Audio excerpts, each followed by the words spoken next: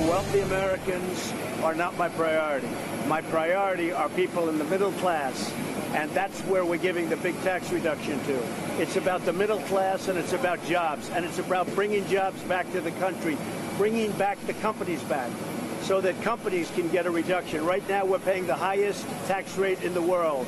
We want to bring that to around 15%. That would make us competitive with China and other countries.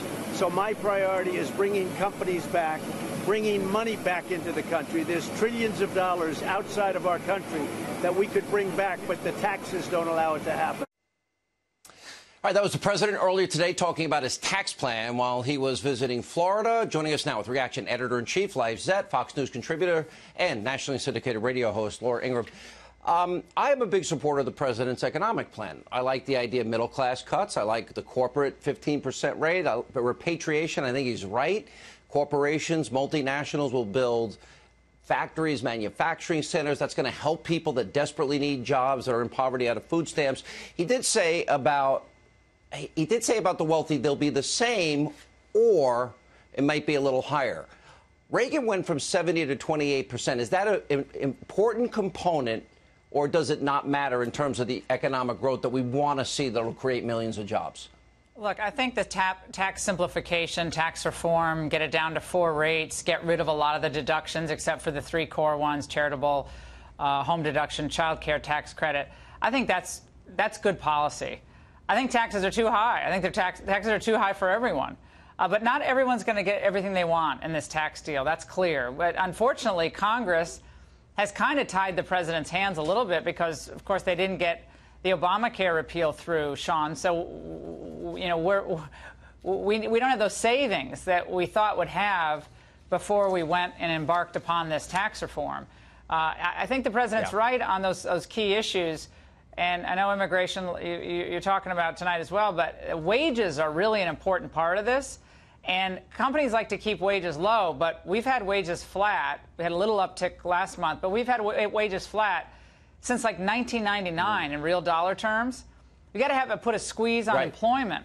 Scarcity of employment will raise wages. So we can't keep doing amnesties that bring more amnesties, that bring more people into the country, that keep working class wages low either. So that's a critical part. That's why this amnesty thing is so important. I agree. I love every part of the plan. I also think energy, there's millions of high-paying career jobs for a lot of people, and that's going to be fundamental for a lot of people.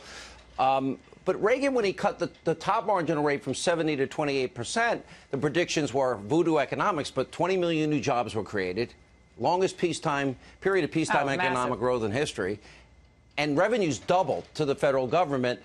And look, if he does everything else, I think that covers the economy. What do you think about the battle that's been going back and forth? Schumer and Pelosi and the president saying, if we don't get the wall, we don't get any deal on anything. What is your general thought on what's been happening all day? I think the president was successful because he didn't listen to the very experts who are praising his move last night with Pelosi and Schumer. And I know there's been a lot of comments from the White House, and the president tweeted out that it's not really amnesty.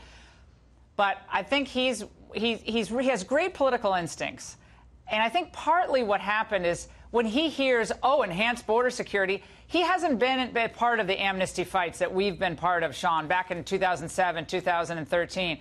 So he's not familiar with that lingo. He thinks when someone says enhanced border security, that really means something. But flying a few drones along the border and promising more funding is a boondoggle that doesn't really mean anything. You need the RAISE Act, Tom Cotton's RAISE Act, you need the E-Verify, and you need the wall. You need all 3 things before you start giving legalization and benefits to 800,000 people, plus their parents are going to stay. They're not going anywhere. It's really about 2.2 million people. He did not win Wisconsin, Ohio, Pennsylvania by saying, we'll repair the fence in Arizona. And, by the way, we're going to work with Nancy and Pelosi on taking care of the Dreamers. Do you agree with me that if he makes those concessions and he doesn't get the funding for the wall up front, he's never getting it? I don't think he'll ever get it if he doesn't get it now.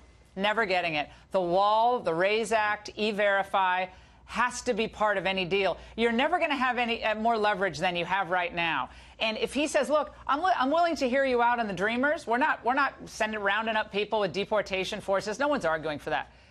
But we're not going to make the same mistake we've made in years past. He's not going to stand up and argue for the same points that Marco Rubio and Jeb Bush argued for, with the same language almost, after they couldn't win their home state primary, Sean. They didn't win because they were arguing for much of the same language that a lot of the Trump advisors, I think, are saying, oh, it's okay, everyone will swallow the pill of amnesty because it's a cult of personality supporting you.